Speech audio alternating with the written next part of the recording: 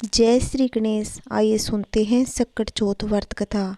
एक समय की बात है, किसी नगर में एक कुम्हार रहता था। एक दिन वह कुम्हार अपने बर्तन पकाने के लिए आवा लगाने लगा। उससे बर्तन नहीं पके, जिस कारण वह बहुत दुखी हुआ और नगर के राजा के पास फरियाद लेकर चला गया।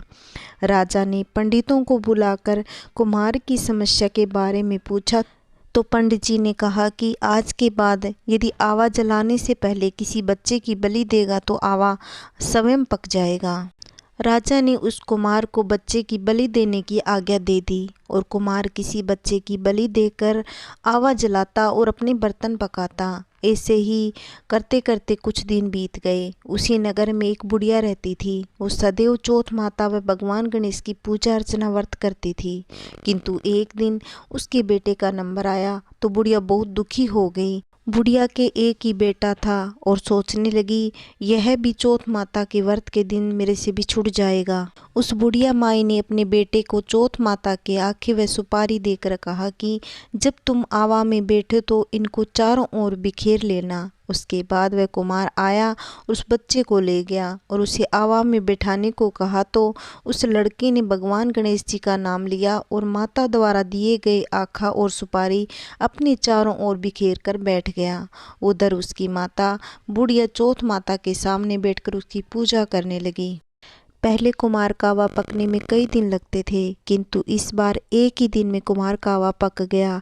यह देखकर कुम्हार घबरा गया और इस बात की राजा को शिकायत करी। राजा ने वहां आकर देखा तो सचमुच में ही एक ही दिन में आवा पक चुका था। तब उस बुढ़िया को बुलाकर उस बुढ़िया से कहा कि तुमने क्या जादू टोना किया है जिसके कारण यह आवा एक ही दिन में पक गया। बुढ़िया माई ने कहा कि बेटा, मैंने तो कुछ नहीं किया, बस मेरे बेटे को चौथ माता के आखे बखेर कर बैठने के लिए कहा था।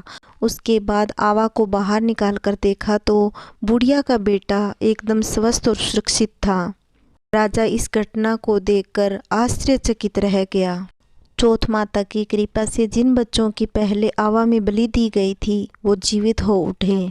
यह देखकर पूरे नगरवासी बड़े ही खुश हुए और उसी दिन से पूरे नगर में चौथ माता का व्रत करने लगे और चौथ माता का उत्सव मनाने लगे। बोलो चौथ माता की जय।